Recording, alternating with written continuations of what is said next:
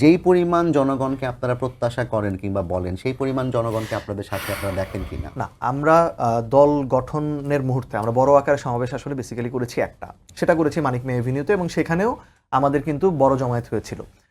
এবং সেইখানেও আপনি চাইলে আসলে কোনো একটা অংশের কিছু চেয়ারের ছবি দিয়ে বলতে পারবেন যে ফাঁকা ছিল, কিন্তু এটা আসলে ওই যে একটা রিল দেখে পুরো পিকচারটা তো সবসময় বোঝা যায় না। সেকেন্ড বিষয় হচ্ছে, হ্যাঁ, গতকালকে কম ছিল, সেটার ব্যাখ্যা কিন্তু আপনার এখানেই গতকালকে আমাদের সিনিয়র যুগ্ম আহ্বায়ক সামান্তা শারমিন দিয়েছিলেন যে গতকালকে প্রধানত বাংলাদেশের মানুষ এটা প্রিয়জনদের সাথে, পরিবারকে সাথে নিয়ে পহেলা বৈশাখকে উদযাপন করতে চায়।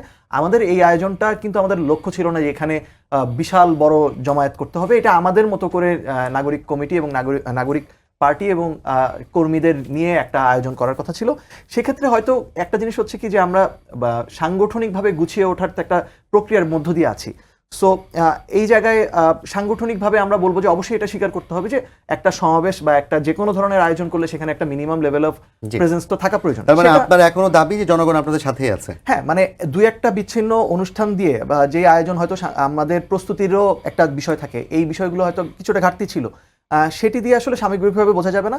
বিষয় হচ্ছে যে এখনো আমাদেরকে একেবারে অনেস্টলি যদি আমরা যেটা মনে করি যে জনগণ আমাদেরকে এখনো বুঝতে চাচ্ছে।